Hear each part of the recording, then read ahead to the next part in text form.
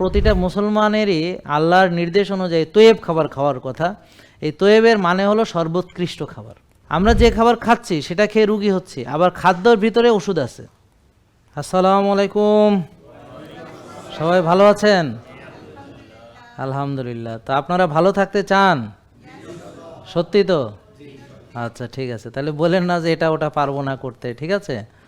তো ভালো থাকা সম্ভব, তবে আমাদেরকে একটু বুঝতে হবে। যেমন প্রথমে আসেন যে পৃথিবী যখন শুরু হলো, ঠিক আছে, তখন হজরত আদম আলাইহিস সালামকে যখন পৃথিবীতে পাঠানো হলো, তাহলে কি পৃথিবীকে কি এটা মানে উনি যেন সুন্দরভাবে এখানে বসবাস করেন উপযুক্ত করে পাঠানো হয়েছিল কিনা, নাকি বলেন?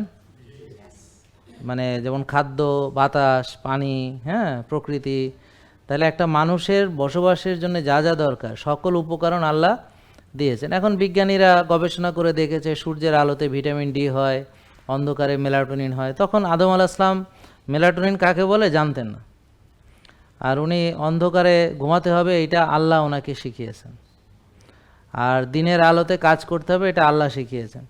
তো তখন কোনো পাওয়ার প্ল্যান্ট ছিল যখন হজরত আদম আলাইহিস সালাম এসেছিলেন? তখন কি বিদ্যুৎ ছিল, কারেন্ট, ইলেকট্রিসিটি, ফ্রিজ, এসকেলেটার, তারপর গাড়ি, এরকম এগুলো ছিল কি না?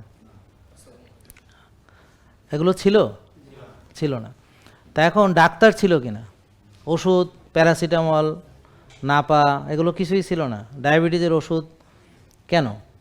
আর ডাক্তার ছাড়া আল্লাহ পৃথিবীতে পাঠাইলেন, তাহলে আদম আলাইহিস সালাম এবং ওনার পরবর্তী অনেক প্রজন্ম যারা এই পৃথিবীতে আসলো গেল, কিন্তু ডাক্তার ছাড়া তারা কিভাবে বাঁচলো? এবং আপনারা যে এখন এই পৃথিবীতে আসেন, এখন আপনারা কি এই পৃথিবীতে থাকতে পারতেন যদি আপনার পূর্বপুরুষরা সব মরে, হ্যাঁ, সব শেষ হয়ে যাইতো, যেটা এক্সটিংশন বলে, যেটা একটা এখানে অনেক প্রজাতি আছে বিলুপ্ত হয়ে গেছে। যেমন বলে যে ডাইনোসর ছিল নাকি আগে, এখন সেটা নাই, বিলুপ্ত হয়ে গেছে, নাকি? তো এরকম অনেক পাখি আছে বিলুপ্ত হয়ে গেছে, এখন আর দেখা যায় না, ঠিক না? তো আগে আফতাবনগরে ব্যাঙের ডাকের চোটে মানুষ ইয়ে করতে পারতেন, এখন আর ব্যাং ট্যাং তেমন নাই, মানে সব মানুষ সিস্টেম করে ফেলাইছে, ঠিক না?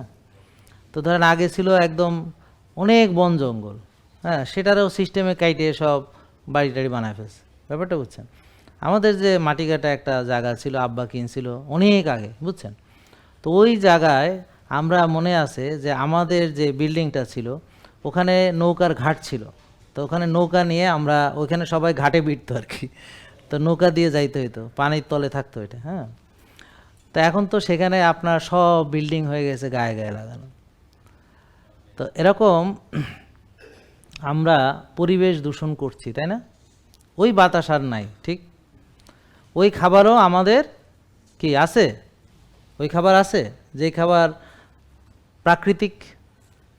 তাহলে আপনারা কি কি প্রাকৃতিক খাবার খান জানেন কি না? খাবার প্রাকৃতিক কাকে বলে এটা জানেন? তাহলে একটা প্রাকৃতিক খাবার প্রাকৃতিক হওয়ার শর্ত হলো যে বাতাস বিশুদ্ধ, পানি বিশুদ্ধ, বীজ বিশুদ্ধ, এবং প্রক্রিয়া, উৎপাদন প্রক্রিয়া বিশুদ্ধ, ঠিক আছে? মনে থাকবে তাহলে। এবং সেই যেমন ধরেন ধান আপনি মেশিনে যদি ভাঙ্গা ওই যে সেই কি মিনিকেট করে ফেলেন, বা সেটারে যদি কেটে ফেলেন অথবা ফাইবারটা সরিয়ে ফেলেন, তাহলে কি হবে? ওই যে ফাইবারটা থাকলো না, চলে গেল।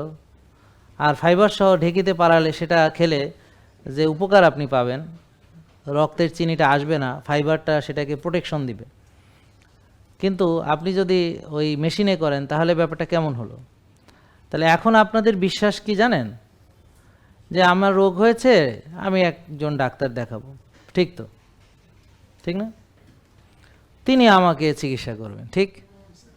তা এখন প্রশ্ন হলো যে এইটাই আমাদের কাছে মনে হচ্ছে একমাত্র সমাধান, নাকি? এটাই একমাত্র সমাধান। এখন ধরেন আপনার পৃথিবীতে কোনো ডাক্তার নাই, ওষুধ নাই, ঠিক আছে? তাহলে তখন কি করবেন? মানে ওরকম পৃথিবীতে যদি আপনি আসতেন তখন কি করবেন? এখন ডাক্তার কবে থেকে এসেছে পৃথিবীতে? ডাক্তার কবে থেকে এসেছে? ধরে নেই 200 বছর। মানে এই এখনকার যে ডাক্তার, ওষুধ দেওয়া, ফুড ইন্ডাস্ট্রি বা ড্রাগ ইন্ডাস্ট্রি, ধরেন 200 বছর আমরা চিন্তা করি যে 200 বছর এটা ইন্ডাস্ট্রিয়ালাইজেশনটা হয়েছে, 200 বছর। তাহলে মানুষ পৃথিবীতে কত কোটি কোটি বছর আছে? এটা কখনো চিন্তা করেছেন আপনারা? পৃথিবীতে আমরা কত কোটি কোটি বছর ধরে আছি? হজরত আদম আলাইহিস সালাম, তারপর আসলো নূহ আলাইহিস সালাম, নূহ আলাইহিস সালাম সবাই বন্যায় সব গেল, তারপর আবার নতুন করে পৃথিবী শুরু হলো, ঠিক আছে। তারপরে আবার সেই ইব্রাহিম আলাইহিস সালাম, হ্যাঁ, উনি আবার কাবাকে পুনর্নির্মাণ করলেন, তারপর আবার সেই কাবার ভিতরে মূর্তি 360টা ঢুকলো, আবার রাসূল সাল্লাল্লাহু আলাইহি ওয়াসাল্লাম আসে সেটাকে পবিত্র করলেন, এখন সেই পবিত্র অবস্থায় আছে এবং ইনশাআল্লাহ কিয়ামত পর্যন্ত থাকবে, যেহেতু আল্লাহ এটাকে রক্ষা করবেন, ঠিক আছে। তাহলে এখন রাসূল সাল্লাল্লাহু আলাইহি ওয়াসাল্লামের ব্যক্তিগত ডাক্তারের নাম কি? উনি কি কি ধরনের কেমিক্যাল ওষুধ খেতেন, তাহলে কোন কোন ধরনের প্রসেসড খাবার খেতেন, ওনার ফাউরুটি কোন ধরনের ছিল, কোন ফ্যাক্টরিতে তৈরি হতো। তা এখন আমরা যে জিনিসটাকে মনে করছি যে এটা ছাড়া আমাদের উপায় নেই, অর্থাৎ সকালে উঠে রুটি খেতেই হবে, মনে হয় যে এটা মনে হয় কোরআনের আইন। আমরা যে খাবার খাচ্ছি সেটা খেয়ে রুগী হচ্ছে, আবার খাদ্যর ভিতরে ওষুধ আছে। ধরেন এটা যদি হচ্ছে মানুষের জীবন রক্ষাকারী তেল, আর সয়াবিন তেল হচ্ছে মানুষকে ধ্বংস করার তেল, রুগী বানানোর তেল। ব্যাপারটা বুঝতে পারছেন? ধরেন একটা সাদা ভাত যেটা হচ্ছে যেভাবে হাইব্রিড প্রসেসড এবং হচ্ছে জেনেটিক্যালি মডিফাইড জিএমও, যেটা কেমিক্যাল ফার্টিলাইজার পেস্টিসাইড দ্বারা উৎপাদিত এবং ফাইবার ফেলে দেওয়া হয়েছে, এটা আর হলো এটা হলো অর্গানিক চাল, মানে একদম প্রাকৃতিক এবং এটা অর্গানিক, সার্টিফাইড অর্গানিক, সব কিছু যেটা চালের ভিতরে যত যত আমাদের উপকারিতা গুণাবলী সব অক্ষুণ্ণ অবস্থায় আছে। এটা খেয়ে আপনি শক্তি পাবেন, এনার্জি পাবেন, নানান পুষ্টি আপনি পাবেন।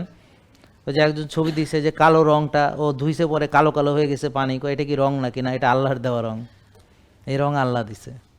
এই কালো চাল ধুলে কালো হবে, এটা তো কালো চাল, ব্ল্যাক রাইস, এটা আল্লাহর দেওয়া রং। এইটাই হলো আপনার এই অ্যান্টিঅক্সিডেন্ট প্রপার্টিজ আছে, এই কালারফুল কালো, যেটা আল্লাহর দেওয়া। তারপর ক্যারট, যদি এখন সব হাইব্রিড ক্যারট হয়ে গেছে। গাজরের রং কি? অরেঞ্জ। তারপরে কয়েক রকমের ক্যাপসিকাম আছে না, সবুজ, হলুদ, লাল। তারপরে হচ্ছে এরকম বিভিন্ন কালারের যে শাকসবজি আছে, ফলমূল আছে, সবগুলো কালারের ভিতরে আবার অ্যান্টিঅক্সিডেন্ট। তা এই জন্যে মাল্টি কালার বা রংধনুর রং মিলিয়ে বিভিন্ন রকম খাবার খেতে বলা হয়, যে রংধনুর রং, নানান রকম কালারের ফুল খাবার খেতে হবে, তবে সবসময় সীমারেখা 1 ভাগ খেতে হবে। অতিরিক্ত খাবার খাওয়ার কোনো সুযোগ মুসলমানের নাই। তো মনে রাখবেন, যেই জিনিস খেলে আরও খেতে মন চায়, বুঝবেন কোথাও ঝামেলা আছে। বুঝতে পারছেন? তো এইটা হলো অ্যাডিকশন, নেশা। তো সুগার এডিকশন কিভাবে হয়েছে, যে আমি সুগার ছাড়া খেতে পারি না? কারণ অনেক দিন ধরে এভাবে আপনাকে অ্যাডিক্টেড করা হয়েছে। এখন আপনার ধরেন চায়ে আধা চামচ চিনি হলে হইতো, এখন 3-4 চামচ চিনি ছাড়া মজা লাগে না। কেন? কারণ বডি এটাতে আস্তে আস্তে সেন্সিটাইজেশন হারাচ্ছে। এটা ধীরে ধীরে কী হচ্ছে, ধরেন আপনি যারা হেরোইন নেয় তারা প্রথমে অল্প একটু হেরোইন নিলে অনেক নেশা হয়, তারপরে অনেক ডোজে, তারপর অনেক ডোজেও নেশা হয় না। বুঝতে পারছেন? ভিডিও গেমস প্রথমে হালকা খেললে নেশা হয়, তারপর আরও সিরিয়াস খেলতে হয়, তারপর আরও ডেঞ্জারাস গেম খেলতে হয়, তারপর দেখা গেল ওর ডোপামিন রিলিজ করতে আরও সিরিয়াস গেম লাগে। ব্যাপারটা বুঝেন নাই? এগুলো আসলে সেন্সিটাইজেশন হইতে থাকে। বুঝতে পারছেন? তো ধরেন যে কোনো দিন কোনো মেয়ে দেখে না, হঠাৎ করে একটা মেয়ে দেখলে তার কাছে একটা ওরে বাবা, এরকম আছে নাকি পৃথিবীতে, সুন্দর। আর যে সারাদিন দেখে যে মেয়েরা শর্ট পোশাকে, ধরেন ইউরোপিয়ান কান্ট্রিতে সব সামান্য পোশাকে ও সারাদিনে দেখে, ওটা দেখে ওর কোনো কিছু হবে না। তো এইভাবে যাদের পর্ন এডিকশন, তারা এগুলো দেখে দেখে স্বাভাবিক তার যে মানে সেন্সেশন, এগুলো নষ্ট হয়ে গেছে। এখন আর তাদের স্বাভাবিক কোনো এই অনুভূতি কাজ করে না। আর সাধারণ জিনিস, নর্মাল জিনিসে তাদের কোনো আগ্রহ নেই, তাদের অ্যাবনর্মাল, আরও সিরিয়াস অ্যাবনর্মাল, আরও ডেঞ্জারাস অ্যাবনর্মালের দিকে তারা চলে যাচ্ছে। তারা হয়ে যাচ্ছে সাইকোপ্যাথ। বুঝতে পারছেন? এইভাবে আমাদের সমাজকে আমাদের পর্নোগ্রাফি দ্বারা, পর্ন এডিকশন দ্বারা, ভিডিও গেমস দ্বারা, সোশ্যাল মিডিয়া দ্বারা, হ্যাঁ, বিভিন্ন রকম এই যে ইন্টারনেট, এগুলো সব আমাদের বাচ্চাদেরকে ধ্বংস করে দিচ্ছে। প্রিয় নবী হযরত সাল্লাল্লাহু আলাইহি ওয়াসাল্লাম বেশ কিছু যুদ্ধের নেতৃত্ব দিয়েছেন এবং উনি অনেককে মানে ওই যে জাহান্নামেও পাঠাইছেন। বুঝতে পারছেন? তো এই জন্যে আপনারা এটা ভাবেন না যে ইসলাম মানে যে আপনি মানে একেবারে এরকম না। হযরত ওমর রাদিয়াল্লাহু আনহু কি ছিলেন? ইবলিস পর্যন্ত আর এক পথে হাঁটতো, কয় যে এদিকে ওমর যাইতে আছে, ওদিকে যাওয়া যাবে না। বুঝছেন? এত ডরাইতো। বুঝছেন? তা এরা হলো বীরের জাতি ছিল, মানে সত্যের শক্তি, মিথ্যা ধারে কাছে আসতে পারবে না, বুঝছেন? আর আপনারা এখন কত কিছু আনছেন ইসলামের মধ্যে, মানবিকতা আবিজাবি। আসলে মানবিকতা হলো যারা মানুষ তাদের জন্যে, অমানুষের জন্য হলো এই পৃথিবী থেকে তাদেরকে যত, ধরেন একটা লোক বেঁচে থাকলে 100টা খুন করবে, তো তাকে আপনার রক্তের বদলা রক্ত, একটা খুন করেছে তাকেও আপনি খুন করে ফেলতে হবে, এটি নিয়ম, ইসলামের নিয়ম এটা, রক্তের বদলা রক্ত। কিন্তু আপনারা আর এক নেতান্না পোতান্না ইসলাম কোথায় শিখছেন কে জানে, কোরআন হাদিস এটা বলে না। আল্লাহ যেই বিধান দিয়েছেন, যেটা কোরআনে আছে, যেটা হাদিসে আছে, সেই বিধানের বাইরে আর কোনো বিধান হইতে পারে না।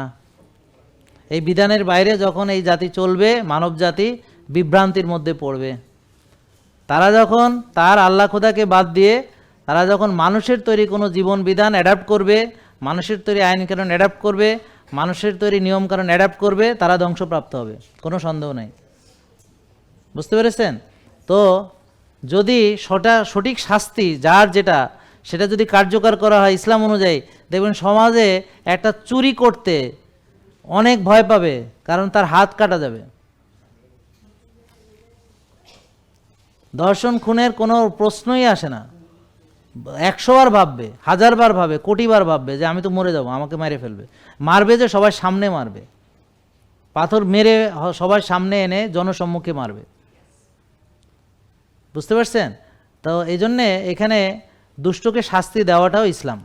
প্রতিটা মুসলমানেরই আল্লাহর নির্দেশ অনুযায়ী তৈয়ব খাবার খাওয়ার কথা।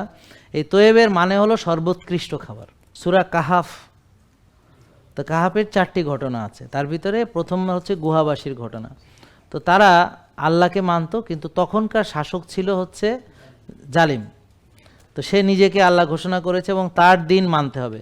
তো এখন ওরা তো এটা অস্বীকার করছে, এখন শাসক যদি ওদেরকে পায় মেরে ফেলবে। কিন্তু ওরা আল্লাহর কাছে আশ্রয় নিয়ে গুহাতে গেল, ওখানে একজন কুকুর ছিল তার সাথে সাথে, এবং বলা হয় 300 বছর, 300 কত বছর, যাই হোক, সোজা কথা হলো এটা ইম্পর্টেন্ট না, ইম্পর্টেন্ট হচ্ছে তাদেরকে আল্লাহ একটা ঘুমের ভিতরে 300 ইয়ার্স শেষ। ওনারা তো আর এটা জানে না।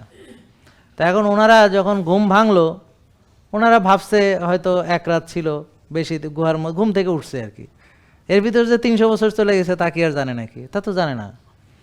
তো ওনারা ওদেরকে খাবার পাঠানোর একজনকে বলল যে যাও তুমি গিয়ে সর্বোৎকৃষ্ট কোন খাবারটা সেটা নিয়ে আসো। তাহলে প্রতিটা মুসলমানেরই আল্লাহর নির্দেশ অনুযায়ী তৈয়ব খাবার খাওয়ার কথা। এই তৈয়বের মানে হলো সর্বোৎকৃষ্ট খাবার, দুষ্টের সাথে মানে ওই যে করার জন্য না। বুঝতে পারছেন? তা এইটা আর কি। আর সবচেয়ে কঠিন শাস্তিদাতা হচ্ছে আল্লাহ নিজেই, কাহ্হার। তবে আপনারা ওনার ওই নামের মানে এটা চিন্তাও করেন না, সবসময় আমরা ওনাকে রহমানুর রাহিম, ক্ষমাশীল, দয়ালু, এটাই আমরা ভাববো। আমরা ওই শাস্তি যাদের হবে তাদের কোনো উপায় থাকবে না। তো তাহলে তিনি নিজেই তার সবচেয়ে ভালোবাসার জিনিস তাকে তিনি জাহান্নামে দিবেন, নিক্ষেপ করবেন এবং ফিরেও তাকাবেন না। তিনি কে? তিনি আমাদের রব। তো এই জন্য মনে রাখবেন যে সবসময় লুতুপুতু করবেন না, যেখানে আঘাত করার ঠিকভাবে আঘাত করতে হবে, যাদের ভালোবাসার তাদেরকে ভালোবাসতে হবে, আর দুষ্টকে দমন করতে হবে। আপনার যেভাবে শক্তি আছে সেভাবে দমন করার চেষ্টা করবেন, এটাই ইসলাম। একটা লোক অন্যায় করবে, তার সাথে ভালো ব্যবহার করবেন, মজা মানে ওরে বাবা তুমি জেনে বুঝে অন্যায় করবা, তোমার সাথে ভালো ব্যবহার করার কি আছে? এটা ইসলাম শেখায় না, আপনাদের এখানে ভুল শেখানো হচ্ছে না। সবসময় একটা মানে রাখতে হবে এরকম না।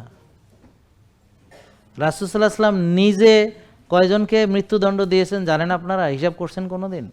এগুলো দেখেন, মক্কা বিজয়ের পর উনি মৃত্যুদণ্ড কয়জনের ঘোষণা করছেন, এগুলো জানতে হবে। তো মৃত্যুদণ্ড ঘোষণা করছেন, বুঝেন নাই করা? হ্যাঁ, তাই জন্য কঠিন সিদ্ধান্ত নিতে হয়, বুঝতে পারছেন? তো এগুলোও বুঝতে হবে। তো আমাদের জীবনে আমরা কাকে মৃত্যুদণ্ড দিব?